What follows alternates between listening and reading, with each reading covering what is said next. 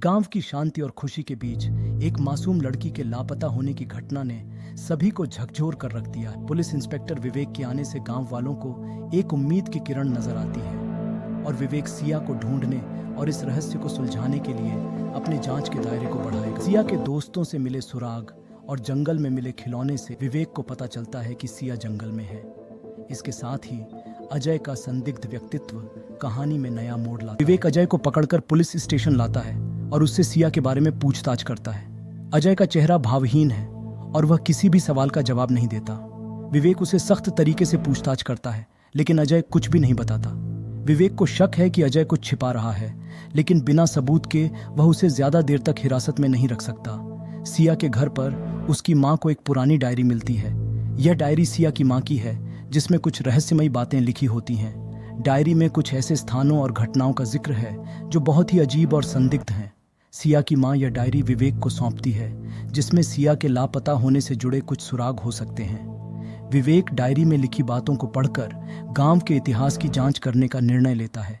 उसे पता चलता है कि सालों पहले भी इसी तरह की घटनाएं घट चुकी हैं, जिनमें कुछ बच्चों का अचानक लापता होना शामिल है। इन घटनाओं का कोई ठोस सबूत नहीं मिला था और इसलिए इन्हें भुला दिया गया था।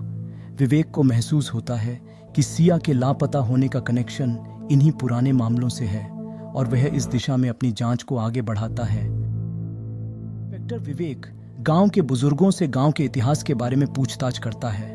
बुजुर्ग एकत्रित होते हैं और विवेक को पुराने समय की कहानियां सुनाते हैं। वे बताते हैं कि गांव में कई अजीब घटनाएं घट चुकी हैं, जिनका कोई ठोस सबूत नहीं मिला।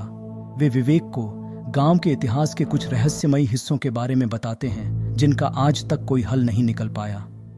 बुजुर्गों में से एक दादाजी एक पुरानी कहानी सुनाते हैं, जिसमें बताया जाता है कि वर्षों पहले भी एक लड़की इसी तरह लापता हुई थी। वह लड़की भी गांव के जंगल में गई थी और फिर कभी नहीं लौटी।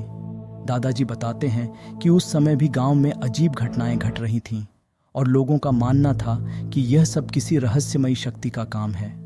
यह कहानी सुनकर विवेक को यकीन हो जाता है कि सिया का लापता होना भी इसी रहस्यमयी शक्ति का काम हो सकता है। विवेक को गांव के पुराने पुलिस स्टेशन से कुछ पुरानी फाइलें मिलती हैं। इन फाइलों में उन लापता बच्चों के केस दर्ज हैं, जिनका कभी पता नहीं चल पाया था। विवेक इन फाइलों को ध्यान से पढ़ता है और उसमें कुछ समानताएं पाता है जो सिया के मामले से मेल खाती हैं। यह फाइलें विवेक को पुराने रहस्यों की गहराई तक ले जाती हैं और उसे इस बात का यकीन हो जाता है कि इन घटनाओं के पीछे कोई बड़ा राज छुपा हुआ है।